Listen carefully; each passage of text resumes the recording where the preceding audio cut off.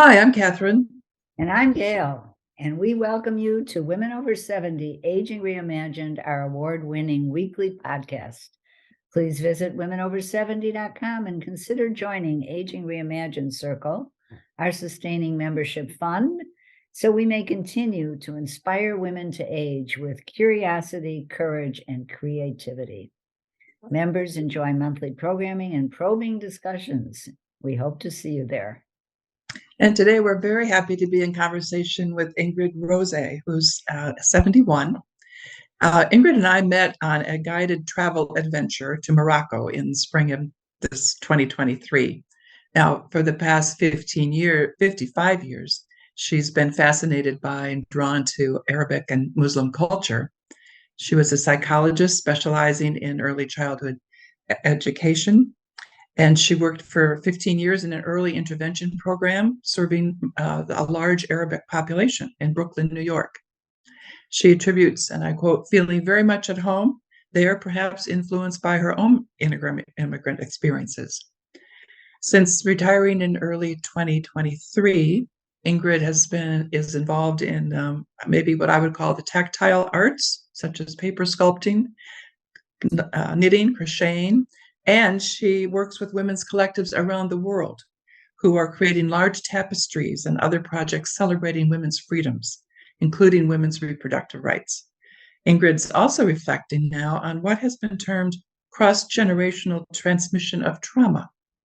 So we'll be interested in hearing more about that as well. So Ingrid, welcome to Women Over 70. Thanks so much for being with us. Thank you for having me. So let's hear a little bit about your early history, because I was so fascinated by that when we met during our travels, how your upbringing with your own immigrant parents, living in Latin America, how that might have influenced some of your life choices and interests. All right. My parents were in Europe. My mom is from Bulgaria. My father is from Latvia. And after World War II, they didn't know each other then, they found their way to Venezuela. At that point, Latin America after the war, was really looking for people, actually, intelligentsia and people with specific skills. So getting a visa and immigrating that's why it became so common. So in I guess late 1948, they went to Venezuela and they met there. And a few years later, I came along, and my mom was there with her father and mother and brother. They had heard that in Bulgaria that the Iron Curtain was closing, and within a week they had to pack up and leave. And so within a week, they left and went to France and waited there for their visas, and they went to Venezuela. So I was born there. I spent my childhood there till I was 12, almost 12. And then the family, my father, who's a biologist, was a professor in the university there. My father got a grant from the Museum of Natural History. And then the whole family then decided to move to the United States.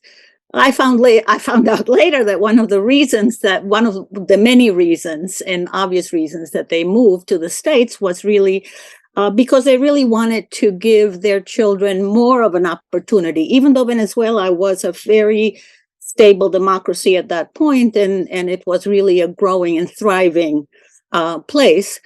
They still felt, and especially for me as a girl, they felt that we'd be better off here in the United States.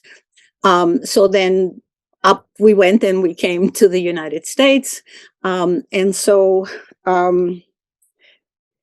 Yes, and then we lived here, and then I went to clearly high school, college, and got my degrees and all that with my two brothers. I have two younger brothers. So you didn't go into the sciences to follow your father. What did you go into? What was your field? Well, when I was very young, I had a wonderful dentist, And I knew all my friends were afraid of their dentist. And so I decided at around age 8 or 9 that I wanted to be a dentist so children wouldn't have to be afraid of the dentist. So I guess that was a big foreshadowing of then what I became, which was a child psychologist. So it pretty much followed the same idea. I don't know. I love science. I love biology. I was a biology major in college, biology psychology major in college. But it just didn't grab me the way psychology did. And and then working in a service profession, so clearly I was very drawn to going into the service profession. So you were working for a long period of time with the Arabic culture in New York. So how did that come about?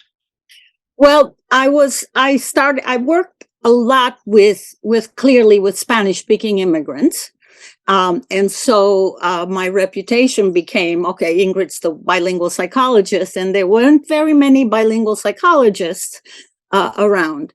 And so it was happenstance. One of the programs that I was consulting with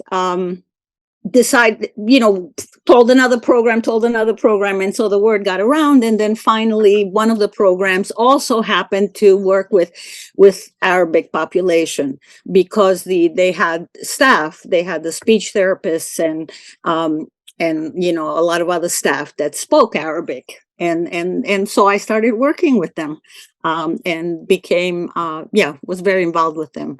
And absolutely, as a child, by the way, I was fascinated by Egypt.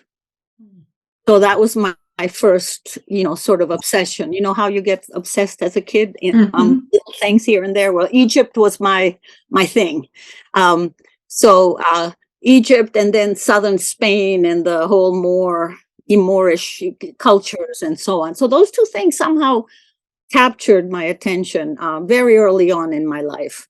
And then when I started working with the Arabic population, it felt so fine. It felt very comfortable. I mean, clearly with the Latin American population, it felt totally amazing. And it was wonderful to be able to give that service. I also chose not to go into private practice and only do public service.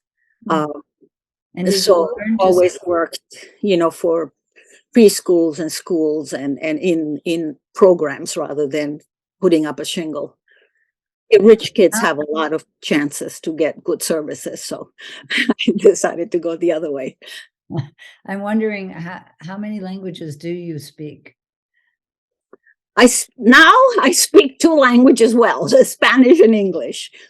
I grew up speaking Bulgarian, German, Spanish, because when my parents first met, neither spoke each other's language. So my mom didn't speak Latvian, my dad didn't speak Bulgarian, but they both, because of the war and because Latvia was immediately occupied by Germany. So my dad was, as a teenager, just scooped up and put into the German army. And then my mom, Bulgaria had a long-standing relationship with Germany over the centuries. Probably some king married some queen or something, like that. And so she learned German as well, because the relationship, even pre-war. So when they met, German was the language they had in common. They neither spoke Spanish yet. So because they were just newly arrived immigrants, right? So they met within the first year or so that they were in Venezuela. So English is my 4th language, technically. I spoke Bulgarian because my grandfather lived with us, and so I had to speak. He didn't speak any other language. But now it's the German and the Bulgarian are pretty much gone.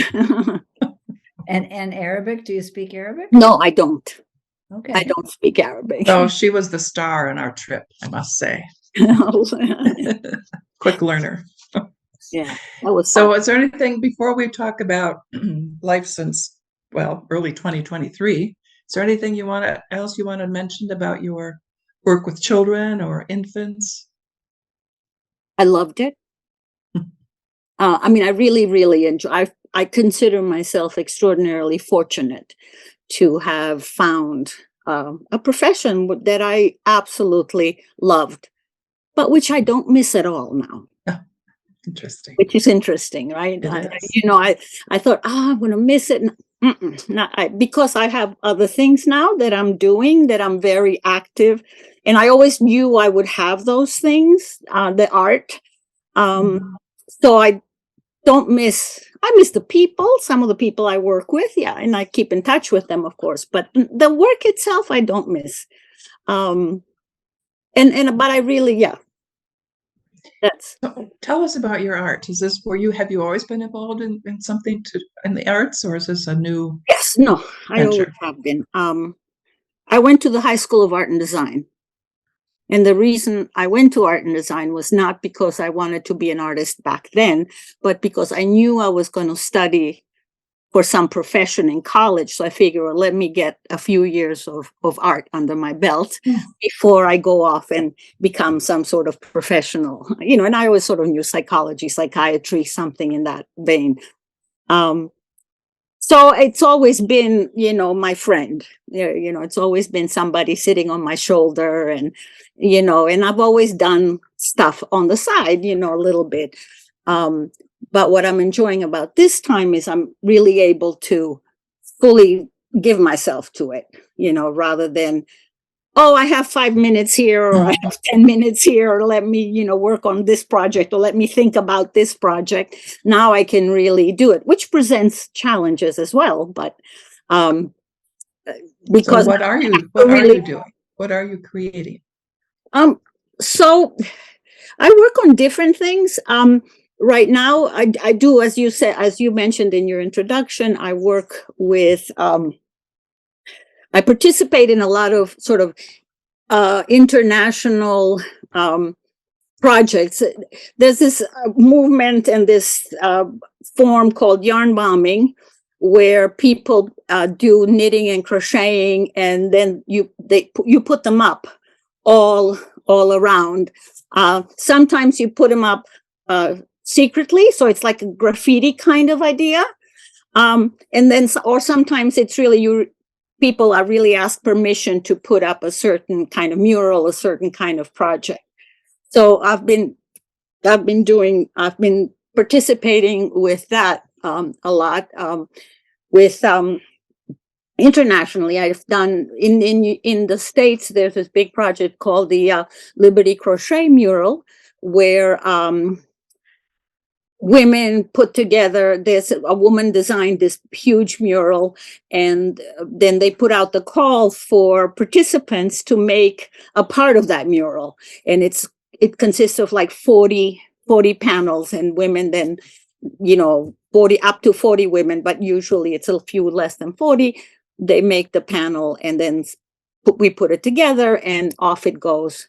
And so far, there's been one in each of about 25 states.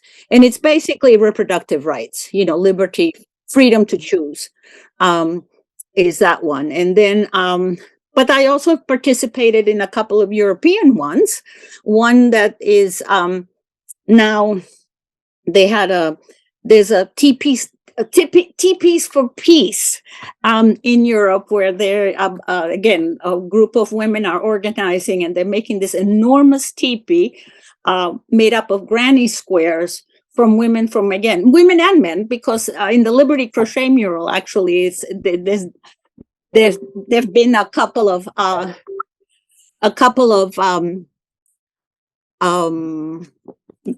fathers and daughters teams making the mural, as participating in the mural.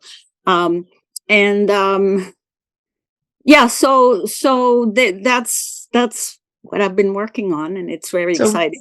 Where are you sending them physically to someplace so where are they going? Who do you send them to? Physically, I package them up and send them off to Europe or wherever they're going. So people get the the date and the due dates and stuff, and we just send them off. So it's sort of fun. The TP for Peace is going to go near the European Union main place there, during one of their meetings and so on. Are these projects the same as the Women's Collective projects? It's usually a group of women organizing, right? So they're different women organizing it. And the way I got into it is good old Instagram. Social media is good for something. And I really, I read about somebody, or somebody, posts on, we need help with X, Y, or Z, or if you want to participate. Or sometimes I just see somebody announces that they're doing something, and then I write to them and I said, well, would you like, other participants from other countries and so on? And they usually say, of course. And so I've been sort of doing that. So you said a major theme is women's reproductive rights, women's freedoms. So Yeah. what are the visuals like? Can you describe one? Well, one of them is actually one of the things is roses to stop violence against women. Mm-hmm. And a woman in Europe started that. And now, so it's literally a crocheted rose that people post wherever they are. Mm-hmm. Right. So they'll post the rose. And now a woman in Mexico City is organizing. They want to put at least one rose on each post and each tree on the longest avenue in Mexico City. Oh. So it's thousands and thousands of roses. And that happens this November. And so it's been going on for about a year that people have been working on them. So that's that one. And the other image is the Liberty Crochet mural is an image of a Statue of Liberty, and instead of the torch, it's a uterus. She's holding the uterus. So and then it says freedom to choose, and it's huge. It's like 11 feet by 17 feet or something like that. It's really, that one is particularly large. Oh, that's wonderful. Where will that one be, Ingrid? Where will that one be located? That one's been everywhere. So, for example, in New York State, there were two in New York State. One of them was in Albany, in the Capitol, inside one of the big buildings. Planned Parenthood has hosted a couple in different places. It depends where the organizer of that particular state can get a spot, right? Mm-hmm. So some women have been able to get a spot on a wall outside a gallery, and in places like that, libraries, but mostly it's galleries and some Planned Parenthood buildings. Are the roses crocheted? Yes. Yes.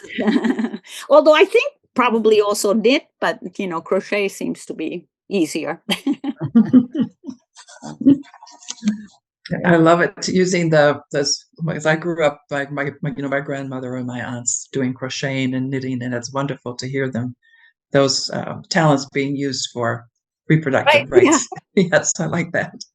I think the other exciting thing is I started crocheting hearts and posting hearts everywhere. I posted several in Morocco. You did, yes. And every time I would send out one of my packages of one of the mural things, I would send out a package. And for me, the heart is, of course, about love. And the quotes that come to my mind that inform that are the Martin Luther King quotes that, I choose to stick with love. Hate is too great a burden to bear. Mm-hmm. So that's one of them. And then the other quote that I work with is only light can drive out darkness. Mm-hmm. And then only love can drive out hate. Hate can't drive out hate.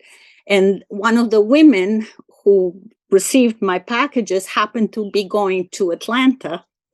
And so she took my hearts and put them in the Martin Luther King Oh, Historic Park and in front of the church. So I thought, oh my goodness, that was really quite amazing. Such a little thing, it's a little thing, but it's like so important, so meaningful to me anyway. And I do think that by participating, it's sort of almost like throwing a net of love over the world thing, right? That's my mushy part, but it's sort of this linkage of me to the rest of the world. It keeps me linked up.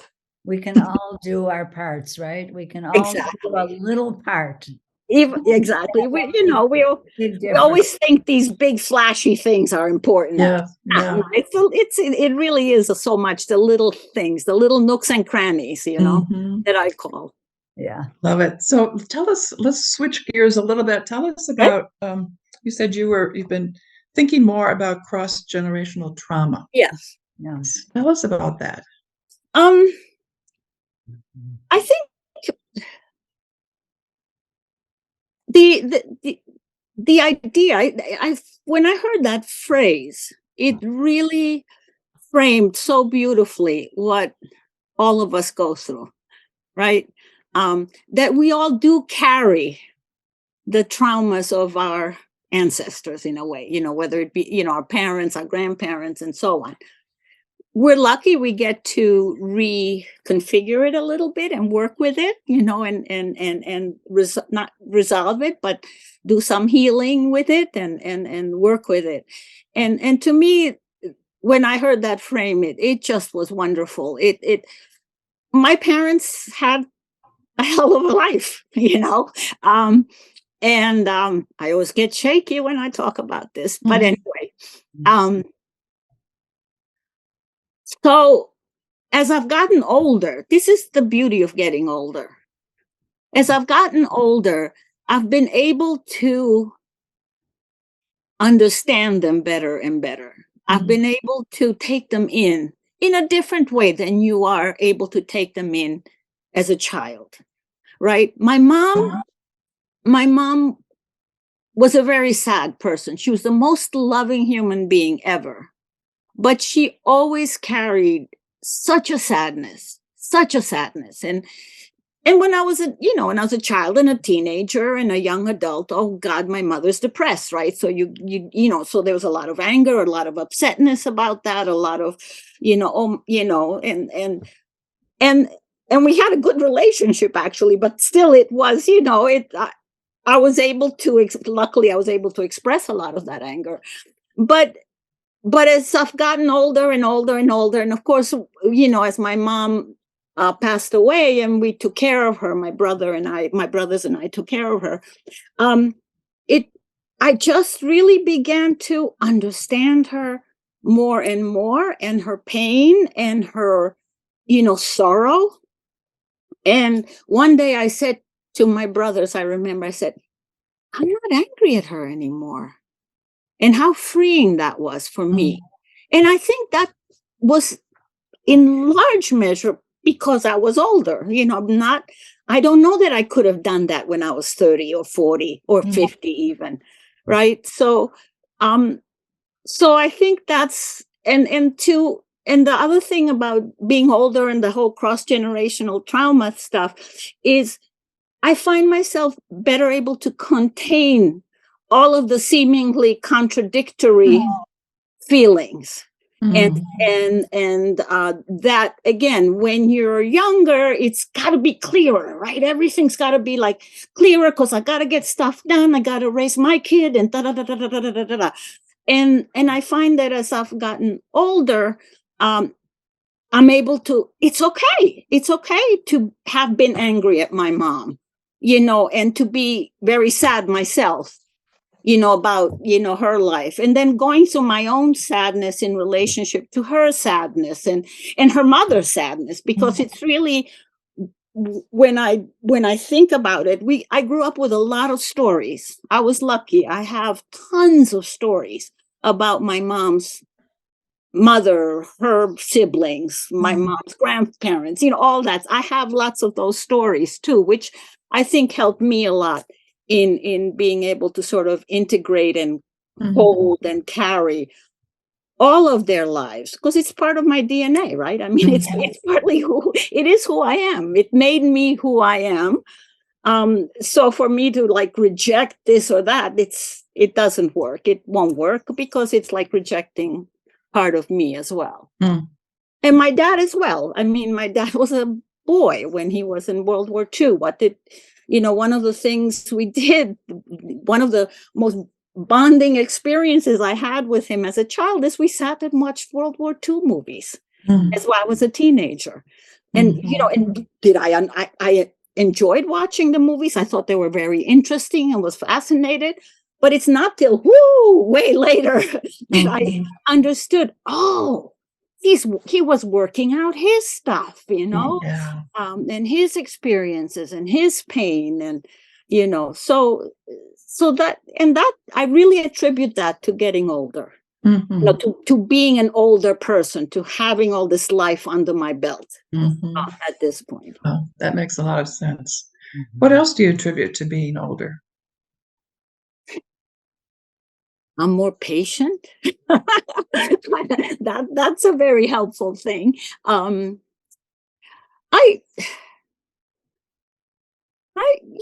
I don't know. I go back to that theme. I think it's a theme that the ability to hold and integrate so much. The other thing I see myself doing is sort of gathering, is a word that comes to me, gathering all my life experiences and gathering all everything that I've seen and stuff into myself, and to see what happens with it, in a sense, to see what chemical reaction, I don't know what it is, but what comes out of it. And interestingly enough, a lot of my art right now is making sort of containers. And I feel that it's not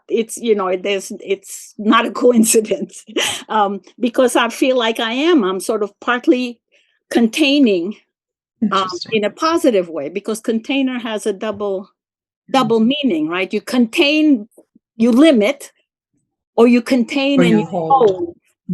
And so I love that image of the container, the containment of things, and containing things. So that's the thing that's really sort of the theme of the whole thing. And then watching my daughter and my granddaughter, that's been great fun too, as and again, being able to be there in a different way for them, because I am older. The downside is that the energy part is a little bit tricky, but with an 18-month-old, but still, I think my being able to by being older, I can almost give so much more, right? Than probably I would have if I was a 60-year-old or 50-year-old. I know your granddaughter. Your granddaughter loves to FaceTime with you. I know that. Yeah, she does. You see that a lot. She does do that. Yeah. Another wonderful thing about technology. That's not the 18-month-old, I hope. Say that again? It's not the 18-month-old. No. Yeah. But they do. She's great. She's fun. Yeah. So do you think about your own aging process much? I mean, you've been reflecting about some of the wisdom and the patience that comes with aging, but what about anything else about aging? About my body. I find myself being very patient with my body, which is sort of a relief, rather than, again, when you're young and you hurt yourself, you get angry and I can't do this, I can't do that, and that kind of stuff. But I do find I'm lucky that I'm healthy in terms of my internal functioning. I always joke that the chassis is what's falling up, a lot of rust spots and the arthritis and all that. But I'm finding that the body stuff it is a learning. I mean, it is a learning to you know, and to be okay with saying things like, oh, I really can't do everything at the same time. You know, I used to multitask up the wazoos and be able to, you know, run a 3-ring circus without blinking an eye. And even though at first it was like, why can't I do it? And then I said, no, it's okay. I'll just do the 1-ring circus. That's okay. You know, and rather than the 3, you know, I don't need to be doing the 3. And again, that's a real relief. Mhm. You know, not to, you know, I think that's been important to know, to be able to switch, to be Mhm. able to recognize without being angry or sad. Mhm. You know, I think that's been, again, maybe a blessing for me, that I've been able to just, okay, this is what it is. Let's go. You know, let's go on, and we'll do our best. And yes, I'll have hip surgery and da da da da, but you know, I'll fix what can be fixed. And Right. you know, I'm not going to ignore it either, which for me would have been a thing to do in the past, because I would have to be dying before I go to the doctor. You know, I was one of those people. But now it's like, no, now I've learned to recognize when things need to be taken care of. And yeah, so that's been it's been an interesting process. Mhm. So, you know, to and again, I think with aging, you can sort of step out and look and see what you're doing and what you're going. You know, yeah, somehow the investment in everything I do is not as big, heavy duty. That's great. Anyway, Anything else for you, Gail? No, I really enjoyed this, Ingrid. I enjoyed listening to you and learning from you. And it's clear that having been a psychologist has woven itself into everything that you see and yeah. the way you think. Except I would say the opposite. Would you? I would say that I became a psychologist because I thought that way to begin with. You know, I think people always attribute people who think about these things and insights and all this stuff to their profession. And I would beg to really disagree with that for myself. I don't know about other people, but for myself is, I wanted to be a dentist because I wanted kids. That's who I was at age 8. I didn't have any idea what a psychologist would do or does, but I knew kids were afraid and I didn't like it. So I had to do something about it. So that's why I would say that I became a psychologist because of the way I think rather than the other way around. Yeah. Great Well, Ingrid, thank you so much for Okay. talking with us today. It's been just a real pleasure. We appreciate it. Nice to see you again, Catherine, and nice to meet you, Gail. Ingrid. And listeners, thank you for your loyalty. Because of you, our numbers are growing all across the country and overseas, and that's a good thing. Still, we need more subscribers and reviews on Apple Play and YouTube. So please support Women Over 70 and let your voice be heard. Help us change the conversation about women aging.